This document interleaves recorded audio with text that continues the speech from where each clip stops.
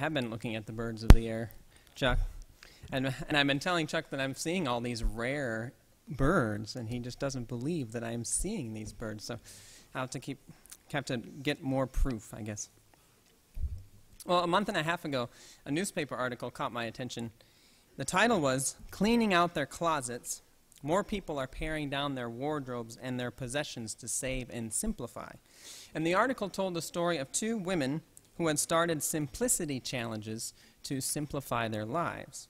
One woman named Courtney Carver decided to pare down her wardrobe to 33 items to be worn over 3 months. So this was the 3-3-3 challenge for her.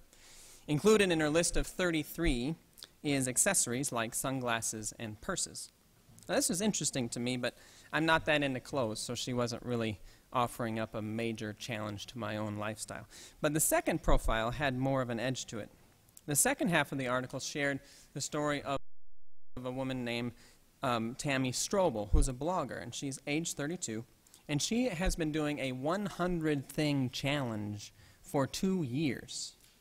So that number includes books, shoes, clothes, even a bicycle helmet. 100 things. We have more than 100 things in our silverware drawer, let alone in all the things that we possess in our home and garage and wherever else. But and we even feel like we cleaned out that silverware drawer pretty well to get to the number right around 100. But anyway, she lives in her 400-square-foot apartment in Portland with her husband and their 2 cats. And next to the article was a picture of this pair. And they looked very trendy, a little nerdy perhaps, but not super weird. They looked pretty normal, really. The article says the couple started giving their possessions away about 3 years ago. They said, "We realized, wow, what are we doing chasing after this dream that might not suit us?" That's a statement that signals an awakening.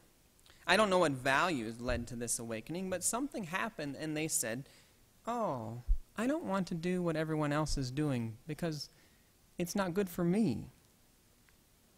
This quest for simplicity isn't really mainstream. I can't say that it's the latest trend that's sweeping the nation. I saw a bumper sticker on Friday that said, "Debt is normal. Be weird," which I thought was pretty funny. But it's a sign that consuming, and even consuming beyond our means, is more normal. But more people are intrigued by the notion of simplicity. More and more people are feeling like life is just too full. It's too full of responsibilities, too full of activities, it's too full of stuff. Something has to go. So why not some of these possessions? What happens if I resist all of the messages telling me to consume? One of the lines from our Bible passage for today that hooks me is Jesus' statement, "Where your treasure is, there your heart will be also." We're human beings. We're going to treasure. We're going to love that which is beyond us. We're going to love that which is outside of ourselves. Our loves outside of us are what gives life meaning. But the question is, what do we treasure? Jesus is asking us, what do you treasure? And the way to answer that question is to follow our heart, because our heart will be where our treasure is. What are we passionate about? What are we proud of? What do we show off? What do we spend time doing? What do we defend?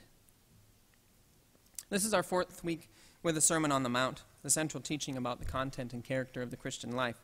It's important to note what is present in the sermon and what's missing. And maybe one way to do this is to think about the Sermon on the Mount as a newspaper and to ask what sections are in the Sermon on the Mount and what isn't there. The first teaching in the Sermon on the Mount is about who is valuable, and it turns out that more people are valuable than we perhaps thought. The second teaching is telling us that as the church we are important, that God is doing important things through us in the world. The third set of teachings are on anger, adultery, and divorce. The next set of teaching is on truth, not retaliating, and loving your enemies. We skipped over a section today that has to do with prayer and proper religious practice. And this week the teaching is about the heart's proper place and trusting God and letting go of worry. Chapter 7, which is the last chapter of the sermon, teaches not to judge, to ask God for what you need. The way of life is a narrow path. and beware of false prophets. That's the end of the sermon. That's it. So what newspaper sections are missing? Well, there's no business section. There's no financial planning advice there. There might be one note in the politics section about how to forgive the Roman soldiers. There are no ads trying to get us to buy the latest stuff. It's pretty slimmed down. The sermon is one big relationship section. It's one big advice column on how to deal with our relationships with one another. Now, this is very ironic, because these are the columns I never read in the newspaper. I read everything. Sarah's smiling at me, because that's what she reads. So we have this conversation all the time. She'll hold this over me forever. But this tells us where the heart of Jesus is. The heart of Jesus is focused on relationship. Who is worthy of relationship? Everyone. How do we maintain those relationships? We live in love. We hold back our judgment. When we fail, we go to the people we've hurt and we reconcile. When someone fails us, we forgive and offer grace and mercy. We sacrifice for the sake of another. Jesus is concerned about possessions because they can get in the way of our relationships.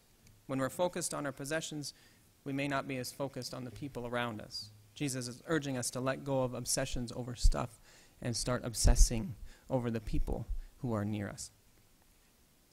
In preparation for our Lenten discussions, I've started reading the books Stones into Schools by Greg Mortensen, and also 3 Cups of Tea, which is the first book about Greg Mortensen and these schools that he's building in Pakistan and Afghanistan. And I have to admit, I've been putting off reading these books. I've had 3 Cups of Tea in my bookshelf for the last few years. And even when the Community Read started it, I had trouble picking up the book and opening it up. I don't know why exactly. I guess I need to build up a head of steam before I really start learning about a new culture. But now that I've started them, I've found I'm fascinated by this guy, Greg Mortensen. Part of it's geography. He mainly grew up in Tanzania, since his parents were Lutheran missionaries there. But his family's roots are in Minnesota, and his own roots are in the world of Lutherans, of Scandinavian Lutherans, and that's somewhat familiar to me. He has a sister named Kari, and I had a best friend in seminary who married a Lutheran pastor's daughter, and her name was Kari, and he actually spent some time in Tanzania through the church as part of his early adulthood.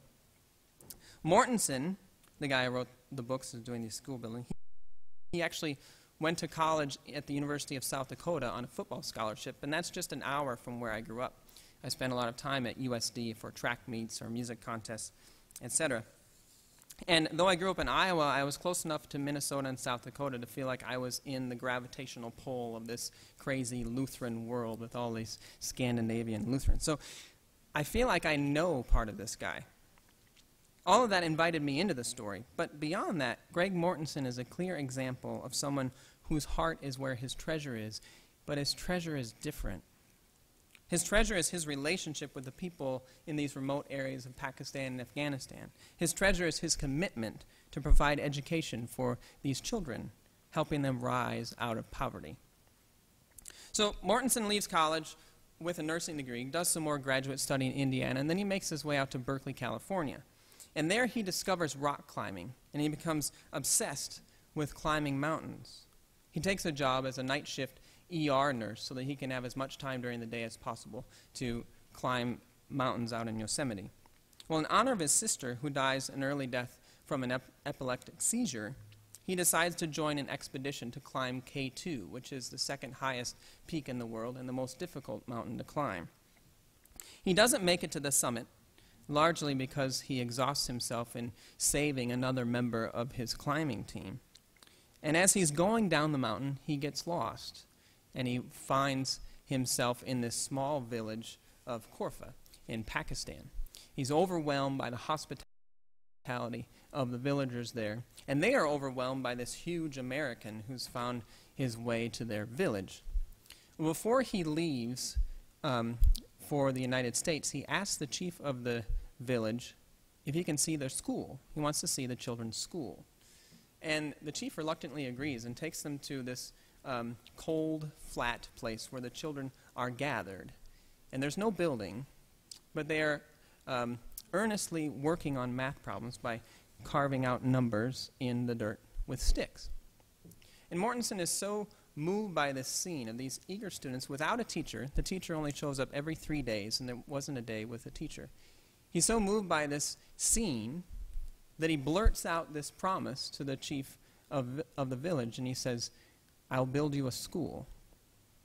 And he looks the children in the eyes, and he looks this chief in the eye, and he says, "I will come back, and I'll build you a school." So he goes back home to Berkeley, California, and once he's back in Berkeley, he finds that his heart is still in that village in Pakistan. And his treasure with the children and people in this village that will radically determine how he treats his possessions from here on out. He decides he needs to do whatever he can to raise money for this school, and he needs to take drastic measures to save as much money as possible so he can get back to Pakistan to build that school. Well, he has this big old Buick station wagon, which he calls La Bamba, and he decides that to save money, he'll live out of the back of this car rather than renting an apartment. And he does that for a year. He sleeps out of the back of his car for a year. Well, he eventually saves enough money for the school. He raises $12,000 for the school. And then, once he's done that, he takes all that he's saved by living out of his car, and he takes all of his climbing books, and he sells them. He takes all of his climbing gear, and he sells it. And he takes La Bamba to a local used car dealership, and he sells it for $500. And so he takes the $12,000 for the school. He takes the money that he's got from all the possessions that he owns that he sold, and that money is going to sustain him as he is in Pakistan building the school, and he buys a plane ticket, and he takes off for Pakistan. Now, this guy is crazy, but he's inspiring to me. His heart is clearly where his treasure is, but his treasure isn't what he possesses. When he sells his most cherished possessions, his climbing gear, we see him choose the people in Pakistan and his promise to them over this stuff that he's had, what he had been most passionate about. His treasure was his mountain climbing gear that allowed him to achieve the greatness of climbing new heights. But now he treasures his relationship with these people that he met when he was in the mountains. Sometimes it takes a radical story like this to get my attention, and perhaps our attention. It takes a radical story like this to inspire me. Now, I'll never be like Greg Mortensen. I will always have more than 100 things. I will always be in a tug of war with Jesus over these teachings about possessions and whether I can serve God and still serve money just a little bit. I'm just asking for it a little bit. But the teaching of Jesus and this story of Greg Mortensen caused me to ask again, where is my treasure and where is my heart? And I find that the answer to that question is I don't treasure possessions as much as I used to. I treasure relationship more than I used to. But I also know that God is calling me to live even more deeply into this new understanding of treasure. God wants me to see even more clearly that our relationships with one another are our treasure. And this is scary, but I also know that this slow process shifting what I treasure has been a life-giving one. Life is found in our relationships with each other. And living this truth is one of the challenges of the Christian faith.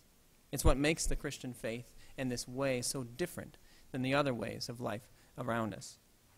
Our treasure is in our relationships. God is inviting us to trust this truth more each day and to find the good news and the good life that awaits us. May it be so. Amen.